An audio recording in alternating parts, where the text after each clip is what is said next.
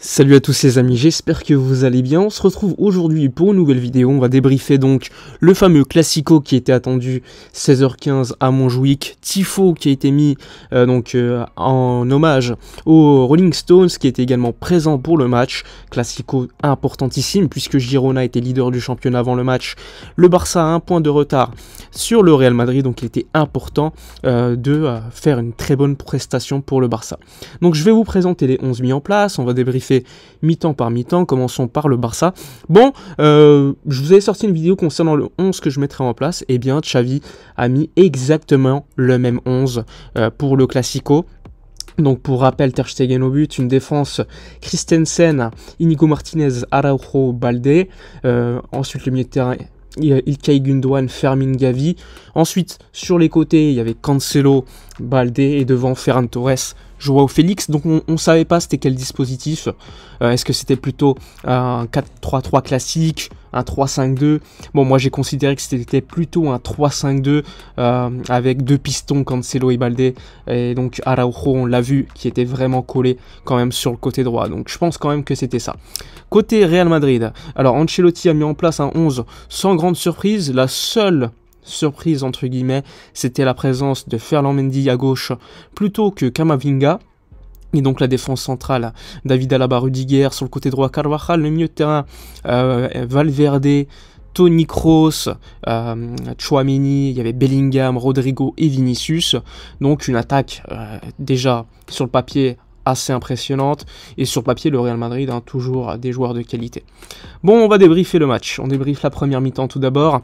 Un Barça qui est très bien rentré dans le match, puisque au bout de 5 minutes de jeu, le Barça va profiter d'une grosse errance dans la défense du Real Madrid, après une association entre, je crois, Gundogan et Ferran, je crois, ou Joao Félix, je crois que c'est Ferran, et Gundogan en profite, donc l'errance complètement dingue du Real Madrid, un tacle raté de David Alaba, et donc Gundogan, au bout de 5 minutes de jeu, ouvre le score. C'est le but le plus tôt dans un Classico pour le Barça depuis le but de Neymar, il y a quasiment 10 ans. Donc c'était quand même une bonne entame de match pour le Barça, et on l'a vu, donc Bellingham était pris en individuel par Gavi.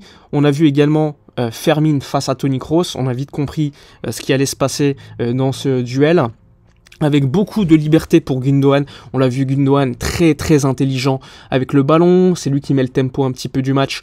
Par moment, on le voit prendre le ballon, gagner quelques mètres afin d'éliminer le joueur, faire avancer le bloc, parfois revenir. Bref, c'est vraiment lui l'organisateur de ce Barça-là.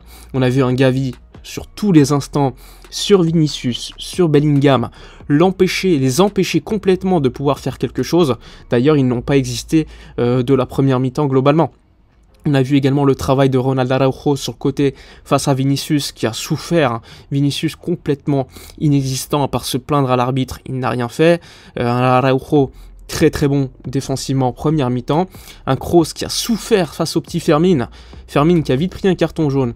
Mais on l'a vu, lorsqu'il prend le ballon, qu'il se retourne, il fait la différence. D'ailleurs, encore une fois, Gavi sur un pressing.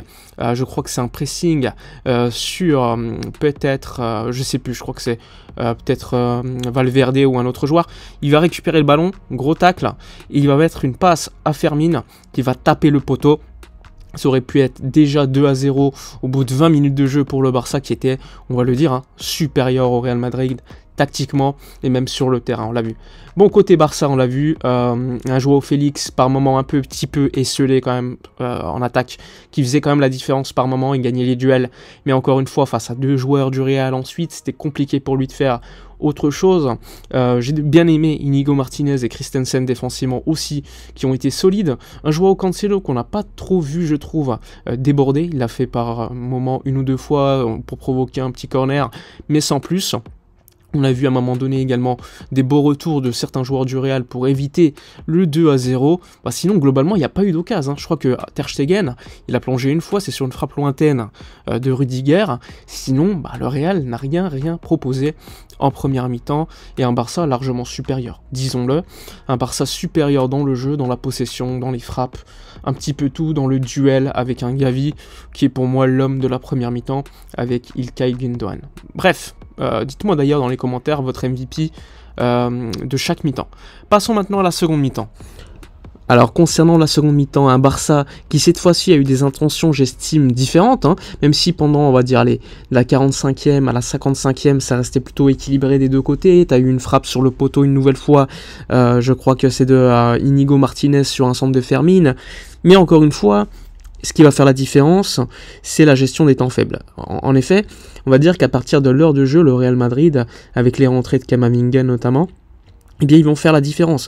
À partir de la frappe de Tchouaméni de loin, où on laisse beaucoup trop d'espace, il y a un bel arrêt de Ter Stegen, là on remarque que le Barça est en difficulté. D'ailleurs, c'est sur l'action suivante que Bellingham, tout seul, a trop d'espace et met une frappe magnifique des 25-30 mètres, et Ter Stegen est trop court. Donc ça fait 1-1, et on remarque que le Barça, on va dire, est en difficulté.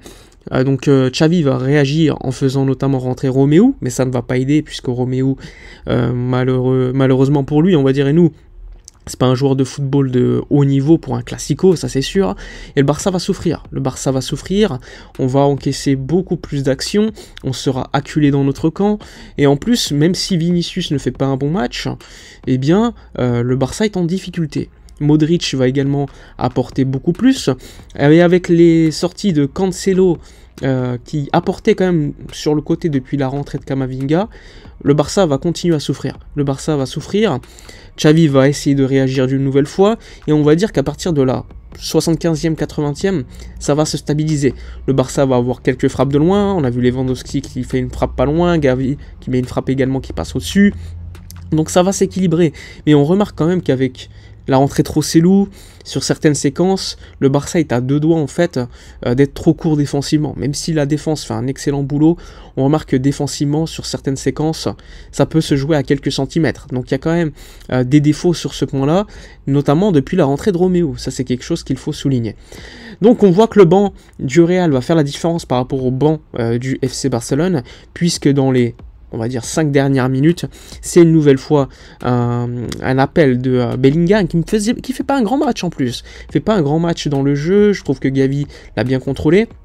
Eh bien, c'est un joueur de grande classe qui coûte cher, et ça c'est pas pour rien, hein, et c'est un jeune joueur de haut talent.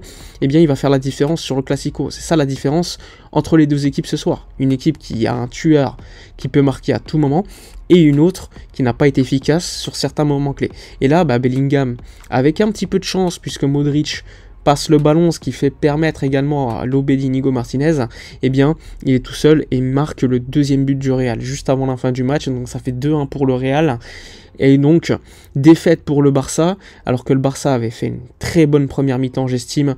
Eh bien, en seconde mi-temps, on a vu un Barça différent, qui a beaucoup plus souffert, qui a laissé le Real revenir dans le match, et quand tu tues pas le Real, eh bien, généralement, tu le paies cash. Donc voilà pour le match côté Barça, Real Madrid, Classico, défaite, ça c'est dur. Le Barça donc prend du retard sur le Real, 4 points d'écart désormais en championnat d'Espagne. Je crois que ça fait déjà 6 points de retard aussi sur Girona, donc ça va commencer à faire beaucoup. Et il va falloir réagir contre la Real Sociedad la semaine prochaine. Et là aussi ça peut être compliqué. Bref, voilà pour le débrief du match, du Classico. Dites-moi dans les commentaires ce que vous avez trouvé dans ce match, etc. Si vous êtes d'accord ou pas. Moi je vous dis à la prochaine et d'ici là comme d'habitude portez-vous bien.